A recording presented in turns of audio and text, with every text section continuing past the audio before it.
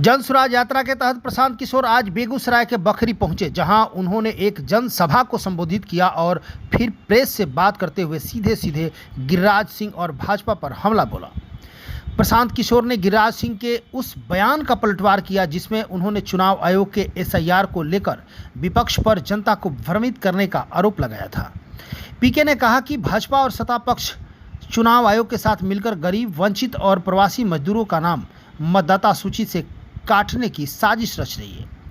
सरकार जानती है कि जो मजदूर बिहार से बाहर गए हैं वो NDA के खिलाफ वोट देंगे, इसलिए उनके नाम हटाए जा रहे हैं। लेकिन सुप्रीम कोर्ट ने स्पष्ट कर दिया कि आधार कार्ड वालों को वोट देने का अधिकार है।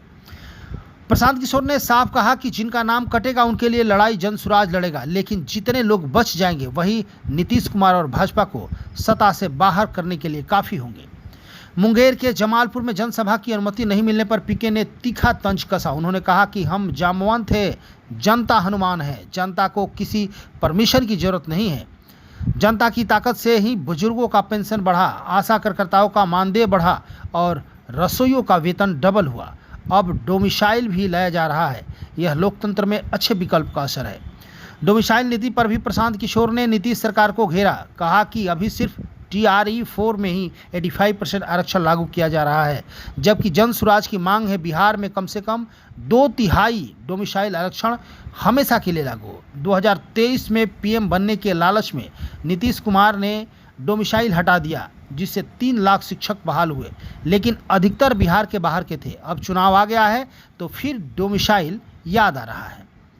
बेगूसराय से जन स्वराज की आवाज़ और राजनीतिक हमले ने साफ कर दिया कि बिहार की सियासत में अब परिवर्तन की आंधी तेज होगी। देखना यह होगा कि जनता किसे समर्थन। चुनाव आयोग, सत्तारूढ़ दल भाजपा और NDA के सहयोगी दलों के साथ मिलकर बिहार के उन लोगों का नाम वोटर लिस्ट से काटने की कोशिश कर रहा है जिसको समाज में हम लोग वंचित, गरीब या प्रवासी जानते हैं। जो बिहार के लाखों बच्चे बाहर गए हैं मजदूरी करने, सरकार को मालूम है कि वो वापस आएंगे तो NDA के खिलाफ वोट करेंगे, इसीलिए उनका नाम काटने का प्रयास हो रहा है। लेकिन मैंने ये पहले भी कहा है, सुप्रीम कोर्ट ने कह दिया कि जिसके पास भी आधार कार्ड है उसका नाम वोटर लिस्ट में रहेगा।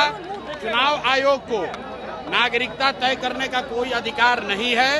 और अंतिम बात, अगर 2-4 लोगों का नाम कट भी गया तो याद रखिए, अगर 100 में 95 आदमी का भी नाम वोटर लिस्ट में है तो वो 95 लोग ही भारतीय जनता पार्टी और नीतीश कुमार को हटाने के लिए काफी हैं। इनको कोई नहीं बचा सकता, इनको हटना ही है। आपकी बढ़ती लोग 50,000 वोट में जीत जाएंगे।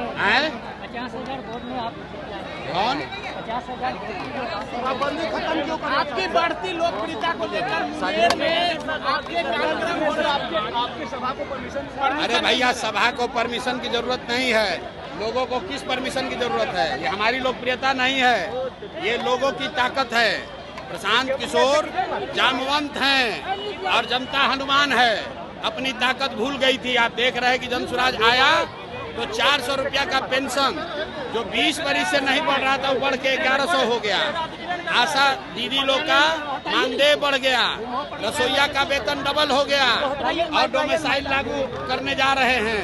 ये दिखाता है कि लोकतंत्र में अगर बढ़िया विकल्प होगा तो आप अंदाजा लगाइए बिहार के लोगों का कितना बड़ा फायदा होने वाला है।